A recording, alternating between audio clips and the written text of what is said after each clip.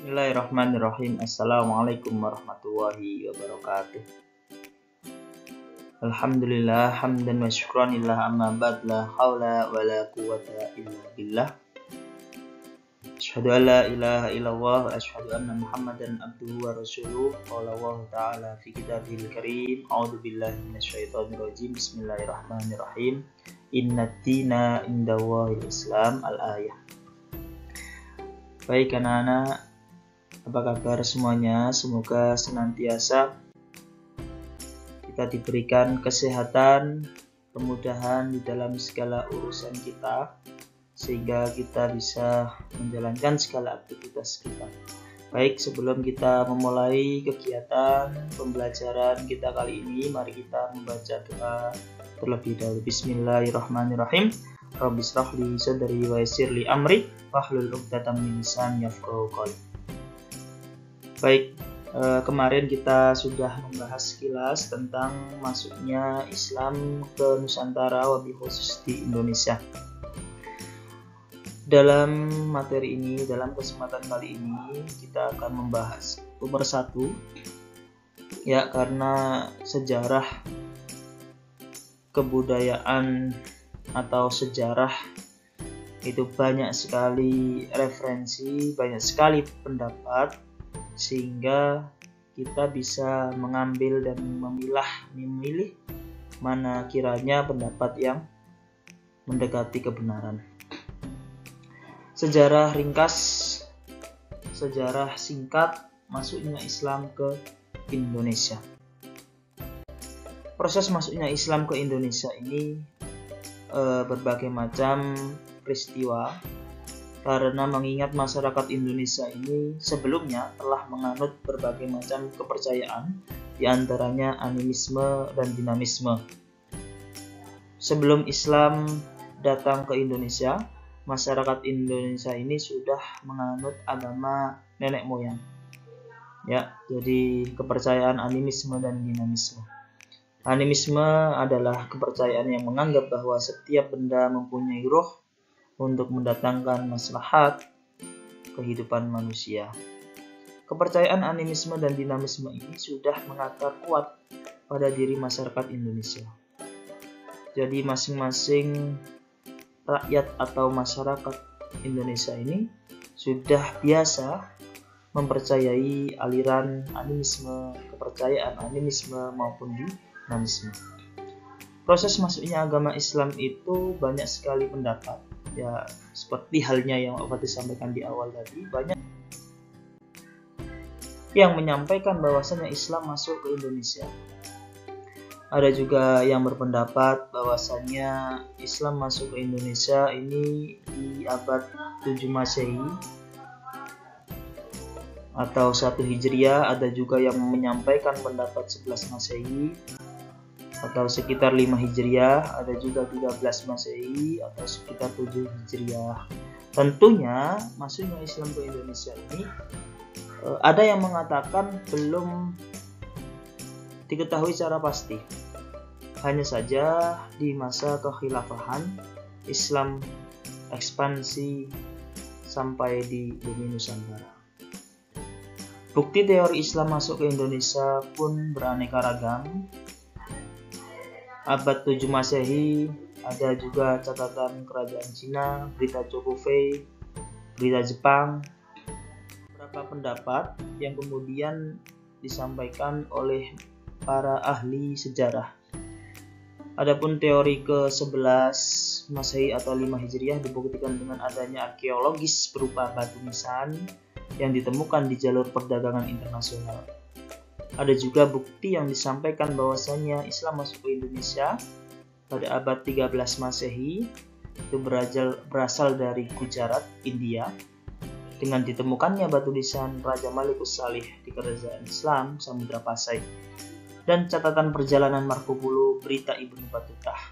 Namun dari beberapa pendapat yang sudah dikemukakan bahwasanya masuknya Islam ke Indonesia sudah ada sejak zaman masa kekhilafahan.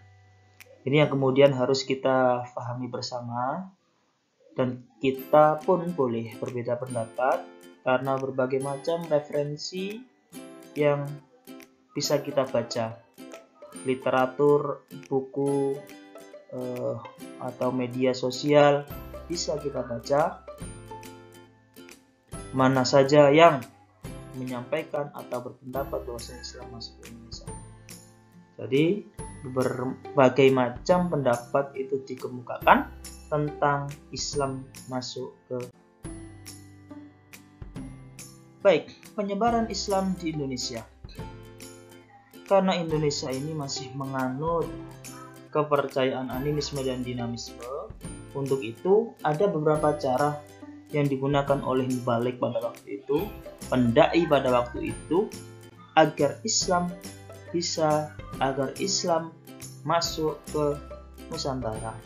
Di antaranya yang pertama yaitu melalui jalur perdagangan, di mana pada waktu itu masyarakat Indonesia ini sangat ramai akan jalur perdagangannya, sehingga para pedagang muslim yang hadir di Indonesia menggunakan jalur ini. Bahkan pedagang muslim membuat pemukiman yang dinamakan pekojan. Dari sinilah mereka berinteraksi dan berasimilasi. Jadi kegiatan atau proses perdagangan juga membawa misi keislaman bagi masyarakat Indonesia. Setelah perdagangan mulai ramai, kemudian dilanjutkan kedua. Banyak kemudian para pedagang muslim dari negara muslim, mereka menikahi wanita pribumi. Jadi pedagang muslim ini menikah dengan wanita pribumi dan syaratnya pun sangat mudah, yaitu mereka hanya mengucapkan 2 kalimat syahadat. Sehingga ketika mereka sudah mengucapkan kalimat syahadat, maka wanita pribumi resmi menjadi orang Islam. Yang ketiga, jalur pendidikan. Penyebaran Islam pun dilakukan melalui jalur pendidikan. Pada waktu itu banyak berdiri pesantren-pesantren dan madrasah-madrasah untuk mewadahi generasi Islami untuk proses kegiatan belajar mengajar agama Islam, sehingga dari situlah kemudian muncul beberapa pesantren atau pesantren pertama di Jawa yang didirikan oleh Raden Rahmat di Ampel Denta. Dari proses atau dari jalur pendidikan ini diharapkan banyak kemudian masyarakat Indonesia yang mengkaji, yang mendalami ilmu agama Islam. Yang keempat adalah jalur tasawuf, di mana ajaran yang berisi tentang mendekatkan diri kepada Allah Ta'ala. Yang kelima yaitu kesenian. Ya, kesenian ini dimaksudkan bahwasannya pada waktu itu masyarakat Indonesia sangat suka dengan kesenian, di antaranya wayang. Termasuk salah satu sunan pada waktu itu, salah satu sunan 9, Sunan Wali Songo, yaitu Sunan Kalijogo. Sunan Kalijogo memainkan wayang sebagai bentuk media agar masyarakat Indonesia mau menerima dakwah Islam melalui kesenian. Selain wayang, tentunya ada juga yang lain seperti seni bangunan, seni ukiran, seni tari, dan seni musik. Teori masuknya Islam ke Indonesia ini terbagi menjadi berbagai macam teori. Yang pertama adalah teori Mekah, teori Persia, teori Gujarat, teori Cina, dan teori-teori yang lain. Nah, teori Mekah ini menjelaskan bahwasannya Islam masuk ke Indonesia pada abad Hijriah. Seperti yang sudah kami sampaikan tadi, mereka pendakwah yang datang dari bangsa Arab, terutama Mesir, mereka menyebarkan ajaran Islam. Adapun beberapa bukti yang muncul, terdapat perkampungan Arab di pantai barat Sumatera sekitar abad keempat. Kerajaan Samudra Pasai juga sudah bermadhab Syafi'i. Raja-raja Samudra Pasai sudah bergelar Al-Malik. Gelar ini biasanya dipakai orang-orang. Selanjutnya, teori Persia. Teori ini berpendapat bahwa Islam masuk ke Indonesia pada abad ke-15. Beda teori, beda abad tentang Islam masuk ke Indonesia. Tentunya banyak kesamaan budaya Persia dengan masyarakat Indonesia.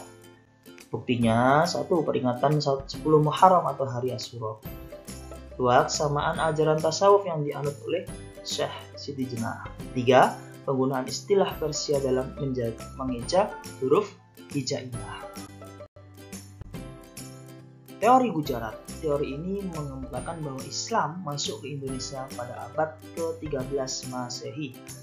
Berasal dari bangsa India dan mereka berpendapat bahwa Islam masuk ke Indonesia dibawa oleh bangsa atau orang-orang India. Ada juga teori Cina. Teori Cina ini mengemukakan bahwa adanya unsur kebudayaan Cina yang selaras dengan kebudayaan Indonesia. Bisa juga dibuktikan dengan peninggalan-peninggalan arkeologis pada masjid-masjid kuno yang dibangun sekitar abad 15 Masehi. Namun dari beberapa teori yang sudah dikemukakan bahwa teori Mekah yang banyak dibenarkan oleh para ahli. Di para ahli itu banyak yang kemudian membenarkan atau mengikuti teori Mekah.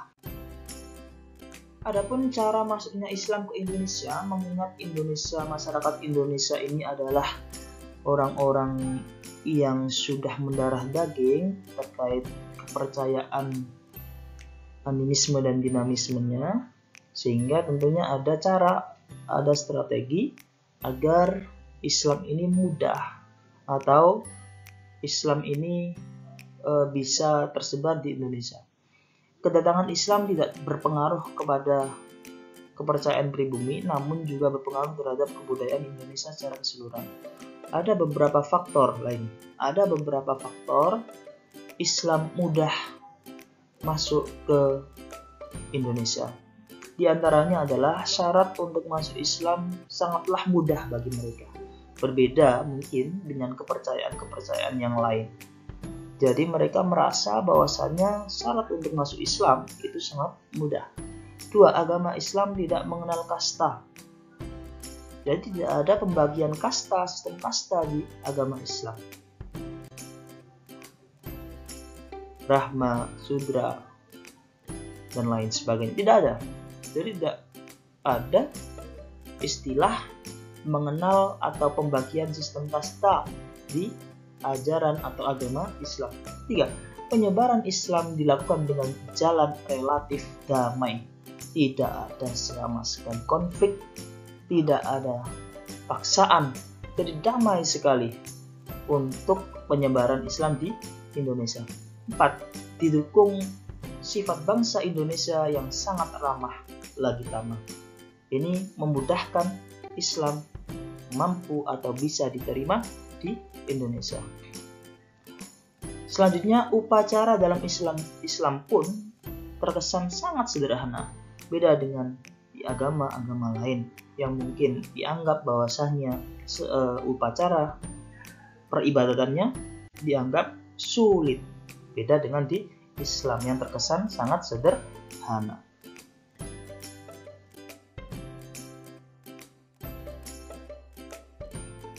Adapun dalam kesempatan ini pun di buku paket yang sudah kita pegang atau kalian miliki, pulau-pulau besar di Indonesia, di antaranya ada 5 pulau besar yang terdapat di Indonesia. Di antaranya Pulau Sumatera, Pulau Jawa, Pulau Kalimantan, Pulau Sulawesi, Papua, Maluku, dan lain sebagainya. Di pulau-pulau ini pun satu persatu didatangi oleh para mubalik, para pendakwah muslim untuk menyebarkan misi, yaitu menyebarkan agama Islam. Mungkin itu saja dari Pak Fatih. Kurang dan lebihnya mohon maaf. Terima kasih sudah menyaksikan, memperhatikan, Mudah-mudahan kita senantiasa mendapatkan ilmu yang bermanfaat. Akhirul kalam, ihdinas siratal mustaqim. Billahi taufik wal hidayah, waridha wal inayah. Assalamualaikum warahmatullahi wabarakatuh.